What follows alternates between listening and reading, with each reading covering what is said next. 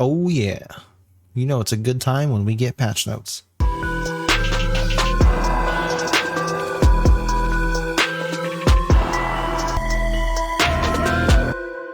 Hey guys, Nightfall here, and earlier today I put out a video summarizing the Season 1 reveal trailer that came out, but I also wanted to go over the patch notes as well. But I figured I would save it for a separate video, as these patch notes aren't what we're used to with the preseason tiny patches that we got here and there. This is a full-blown patch notes update for Season 1 and not just a band-aid. So without further ado, let's hop right in. So right off the start, they changed something that everyone's been asking for, myself included. They changed how the XP boosts expire, thank God. So now when you activate an XP booster and want to come watch one of my videos, you could do so without fearing that your booster is running out, as it now only counts in match time. No word here about any make rights or anything like that for the ones that we've wasted thus far, but it's a nice change altogether. They also lowered the XP amount to level up in the battle pass, which I did notice it seemed to take a little too long to do that. Now, we're not too far into these patch notes, and there's already been a couple small wins here and there, and then there's this. Tuned match bonus XP rewards. So now for winning and getting MVP, we get half the XP we used to, down from 2,000 to 1,000, and a draw used to give you 1,000, now only gives you 500. But they increased the XP you get for completing a match from 2,000 to 4,000. So they doubled it. And normally this would be fine and I wouldn't complain, but it's not really what we asked for. We simply just don't want to be put into ongoing matches as often. I understand that you can't totally eliminate that factor, and that's cool. But this sort of seems like their answer to us asking to be put in less ongoing games that we can't win. So I really hope this isn't that, and I hope they're still looking at fixing it on the back end, because if they honestly think this is going to stop people from leaving games, they're crazy. Not as long as leaving the game doesn't actually count as a loss and ruin their win rate or their win streak, or they don't get any sort of matchmaking penalty for leaving the game early, it's just not going to stop. But the good news here is they gave us a headshot icon in the kill feed, so there's that, I guess. Now, this big chunk here is just them saying they added the GSK faction, so I'm going to skip over that as I covered that in my earlier video, so you should go check that out. And let's go ahead and get down to the nitty-gritty and the part that personally hurts my soul. They increased the cooldown of the Echelon Intel suit by 10 extra seconds.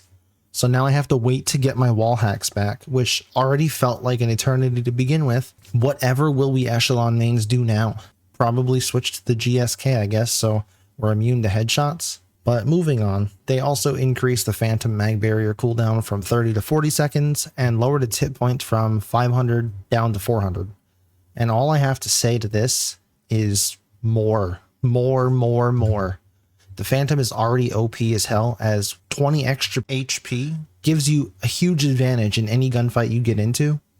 So their shield needs to be nerfed into the dirt. They also took a jab at the Phantom's Ultra, which now takes EMP damage and will take 6 total to destroy it. So to all you Phantom mains out there, I feel your pain. Here's a lot of DedSec stuff, and I'll try to make this as easy as possible to understand, because this is quite the lengthy description for something so simple. Basically, if you use your DedSec ability and you hack a mag barrier shield with, say, 7 seconds left, your cooldown for that ability is now 20 seconds base, plus the 7 seconds left on that shield that you just hacked.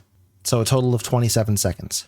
Previously, it would have taken a base 8 seconds longer, so in that same scenario, it would have been a total of 35 seconds. If you fail to hijack something, the cooldown is now 5 seconds instead of 8. So pretty big buff there, followed by a huge nerf, where they increase your Spiderbot cooldown from 25 seconds to 40 seconds.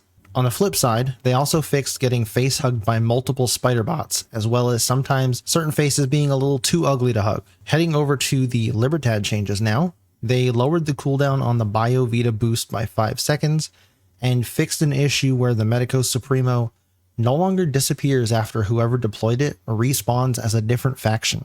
Skipping over the next 2 sections here, as I also covered those in my Season 1 reveal video, and moving to the weapons section, they improved the flinch penalty on snipers, which at first sounds like they made it to where it's not so bad for snipers anymore. But we could see a little lower here that what they actually mean is They made it basically impossible to shoot someone with a sniper after they've already shot you, which is fine. I mean, that's how it should be. Also going to skip over the next few bullet points as well for the same reason. And down here, we get to something that I was actually asking in that same video, and I was surprisingly spot on by saying they would unlock at level 300, 350, and 400 for the new weapon mastery skins. So I am kind of shocked that it wasn't higher, which means if you have a gun that's gold already and is level 200, you need to get 200 more levels, so that's roughly 3,000 kills if you want to max it out and get this final skin here. That's without any boosters or double XP weekends included. And lastly, for the weapon section, they fixed an issue where weapons and optics will shake while you're ADS. Now on to the devices. They fixed the crazy blinding animation for the flash grenades, where I used to feel like I was being blinded in real life. They also removed an exploit where you could have multiple devices, which I never encountered or never realized it if I did. They also added something that I think every other game I know of has or has had at some point, and that's the creator code program, which, yes, we did apply for here on this channel. Doubtful that we get approved for it, with still being such a smaller, newer channel and all, but who knows.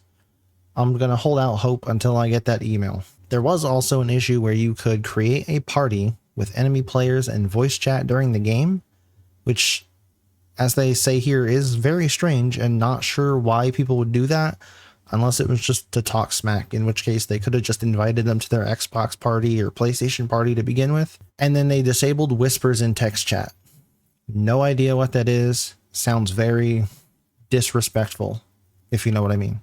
Then we have a few smaller fixes here, one with audio and adjusting the balance between voices and sound effects, and then some other crashes, graphical and audio bugs that were fixed. They did manage to fix the challenges not tracking in the Ubisoft Connect app though, so small win there. And then there was also an issue where players who participated in their closed beta a while ago were supposed to keep a certain skin that they got, but it was taken away at launch, and that should all be fixed now. Overall, solid patch notes. Still a little bummed at the small echelon nerf, but it could be worse. You could be a Phantom main and just got dragged through the mud with these patch notes. Let's get some Fs in the comments for my Phantom mains. Don't forget to hit that subscribe button and turn on notifications, as you don't want to miss my initial thoughts on this new ranked system coming out tomorrow. Until next time.